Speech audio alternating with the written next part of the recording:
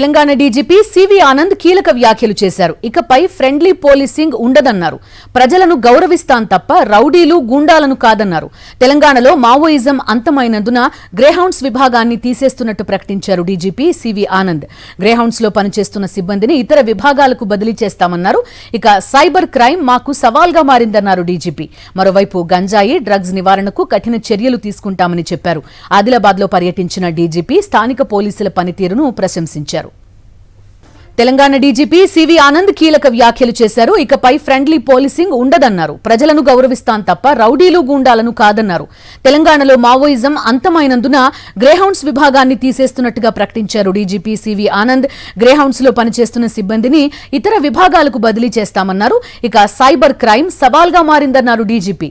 మరోవైపు గంజాయి డ్రగ్స్ నివారణకు కఠిన చర్యలు తీసుకుంటామని చెప్పారు.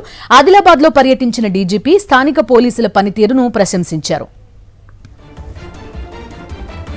మరింత సమాచారం అందిస్తారు మా కరెస్పాండెంట్ రమణ. చెప్పండి, ఫ్రెండ్లీ పోలీసింగ్ ఉండదు, ఇకపై రౌడీలు కానీ ఇతరులపైన కానీ టెర్రర్ ఉంటుందని ప్రకటించారు.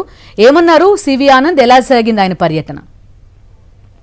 బిల్లు అంటే ఖచ్చితంగా డీజీపీ సివి ఆనంద్ సంచలన కామెంట్స్ అని చెప్పవచ్చు. ఎందుకంటే ఇంతకాలం కూడా మనం చూస్తున్నాం, చాలా కాలంగా ఫ్రెండ్లీ పోలీస్ అనేది మన తెలంగాణ రాష్ట్రంలో ఉంటాం. కానీ తెలంగాణ రాష్ట్రంలో ఇకపై ఫ్రెండ్లీ పోలీస్ ఉండదు, కేవలం ప్రజలను మాత్రమే గౌరవిస్తాము, రౌడీలు గూండాలం కాదని చెప్పేసి ఆయన స్పష్టం చేశారు. ముఖ్యంగా తెలంగాణలో మావోయిజం అంతమైంది కాబట్టి గ్రేహాన్స్ విభాగాన్ని కూడా పిలిచేస్తామని చెప్పేసి కూడా చెప్పారు. ఇప్పటికే గ్రేహాన్స్ ప్రధాన కార్యాలయంలో కూడా ఇంతకుముందు ఒక కార్యాచరణను సిద్ధం చేసి ముఖ్యంగా ఈ సిబ్బందిని తగ్గిద్దామని చెప్పేసి ఒక ప్రణాళిక రచించారు. ఈ క్రమంలోనే డీజీపీ ఈ రోజు కూడా అలాంటి వ్యాఖ్యలు చేశారు. ముఖ్యంగా 1700 మందిని కొత్త విభాగాలకు కూడా బదిలీ చేస్తామని చెప్పేసి కూడా చెప్పారు. ముఖ్యంగా ఇక్కడ మనం చూస్తే గంజాయి డ్రగ్స్ వంటి వాటికి నివారణ చర్యలు తీసుకుంటామన్నారు.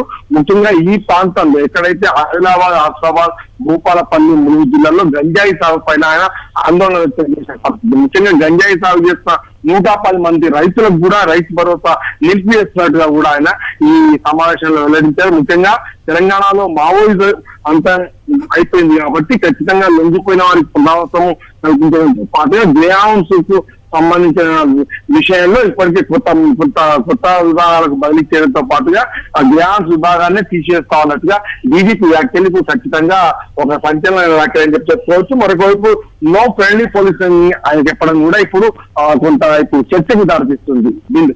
Right Ramana, thank you. మరిన్ని అప్డేట్స్ కోసం ఛానల్ ను సబ్స్క్రైబ్ చేయండి. నోటిఫికేషన్స్ కోసం బెల్ ఐకాన్ పై క్లిక్ చేయండి.